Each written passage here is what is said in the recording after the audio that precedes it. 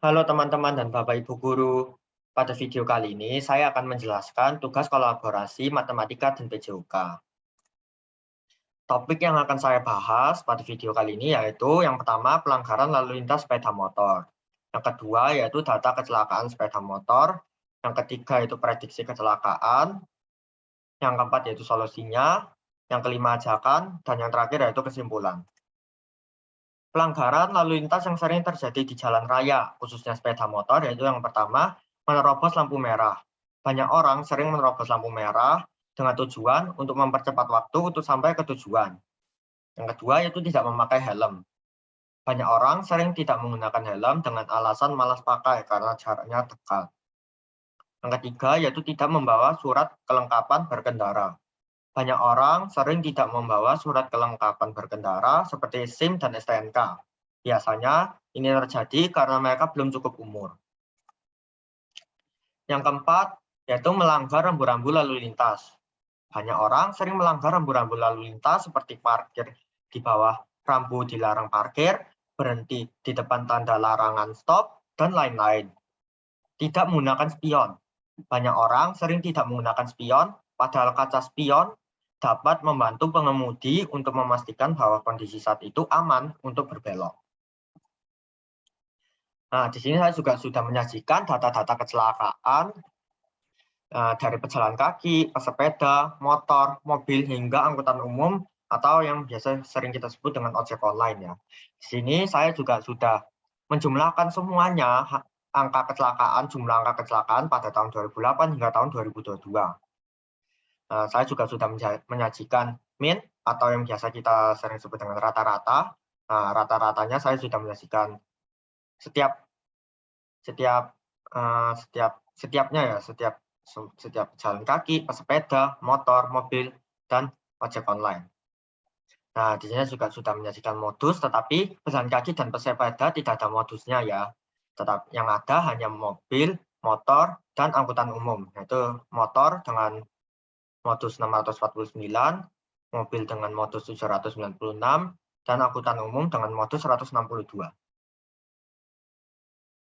Nah, untuk menghitung min-nya, kita menjumlahkan semua angkanya ya dari tahun 2008 hingga tahun 2022.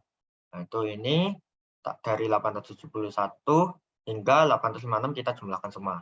Itu 871 ditambah 638 ditambah 802 ditambah 914 ditambah 704 ditambah 811 ditambah 737 ditambah 670 ditambah 697 ditambah 649 ditambah 629 ditambah 714 ditambah 649 ditambah 603 dan ditambah 856 dan kita bagikan 15. Kenapa kok kita bagikan 15? Karena dari tahun 2008 hingga tahun 2022 ada selang 15 tahun. Jadi kita bagi dengan 15. Terus saya sudah jumlahkan dan hasilnya adalah 10.944 kita bagikan dengan 15 dan hasilnya adalah 729,6 untuk min-nya. Dan untuk modus kecelakaan motor adalah 649 yaitu pada tahun 2017 dan pada tahun 2020. Nah, untuk prediksi kecelakaan untuk tahun-tahun ke depannya. Di sini saya sudah juga menyimpulkan ya, dan saya juga membandingkan dengan tahun-tahun sebelumnya sebelum saya memprediksi untuk angka kecelakaan untuk tahun-tahun depannya. Nah, kecelakaan pada tahun 2008 hingga tahun 2010 masih sedikit atau masih termasuk normal. Tidak sampai 900-an atau sampai 1000-an ya. Tetapi angka melonjak jauh pada tahun 2011, yaitu dengan total jumlah 914 kasus. Setelah tahun 2011 atau tahun 2012 hingga tahun 2022, angka kecelakaan masih naik turun ya. Dengan arti tidak melebihi batas, yaitu tidak melebihi 900-an atau bahkan 1000-an. Kemungkinan pada tahun 2023 angka kecelakaan akan menurun hingga menjadi hanya 800 kecelakaan saja. Nah, kecelakaan ini akan menurun hingga 800 kecelakaan jika kita semua mematuhi peraturan yang telah ditetapkan seperti mematuhi rambu lalu lintas, tidak menerobos lampu merah, menggunakan helm, dan lain-lain. Di sini saya juga sudah menyajikan diagram batangnya ya, diagram batang dari tahun 2008 hingga tahun 2022 dan angka kecelakaan yang terjadi. Nah, solusi untuk mengurangi angka kecelakaan, yaitu yang pertama, tidak menerobos lampu merah. Kita tidak boleh terburu-buru untuk mencapai ketujuan, sehingga kita menerobos lampu merah. Kita harus tetap mematuhi lampu merah untuk keselamatan kita semua. Tidak menggunakan gadget saat berkendara. Kita tidak boleh menggunakan gadget seperti scroll IG, TikTok, atau YouTube sambil berkendara, karena menggunakan gadget sambil berkendara itu dapat mengganggu konsentrasi kita. Jadi, stop menggunakan gadget sambil berkendara ya. Yang ketiga yaitu mematuhi rambu lalu lintas di jalan raya. Kita harus mematuhi rambu lalu lintas yang ada di jalan raya ya. Meskipun rambu tersebut dapat membuang waktu kita atau memperpanjang waktu kita untuk sampai ke tujuan, tapi kita harus tetap mematuhinya agar keselamatan kita semua terjaga. Dan di sini saya juga sudah menyajikan beberapa rambu yang ada di jalan raya, seperti dilarang berhenti, dilarang masuk, dan dilarang parkir, dan masih banyak lagi. Nah, yang keempat, jangan lupa perlengkapan sepeda motor juga harus lengkap, seperti helm, spion, lampu sein, dan jangan lupa juga untuk membawa SIM dan STNK.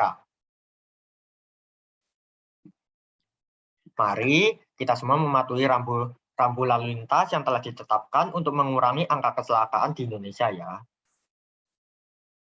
Untuk kesimpulan, dengan melihat data statistika kecelakaan di Indonesia, kita dapat menyimpulkan bahwa angka kecelakaan terus berubah tiap tahunnya. Maka dari itu, mari kita mematuhi peraturan yang telah ditetapkan untuk mengurangi angka kecelakaan di Indonesia. Nah, dengan melihat modus kecelakaan sepeda motor yang telah saya sajikan tadi, di data statistika tadi, nah, dengan jumlah 914 kecelakaan pada tahun 2011, dari situ kita harus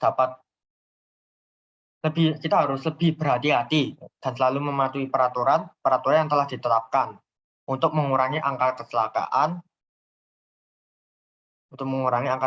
yang sebanyak itu, hingga menjadi turun lebih sedikit lagi atau bahkan tidak ada sama sekali ya. Nah, sekian presentasi saya mengenai tugas kolaborasi matematika dan PJOK. Thank you for watching. Bye.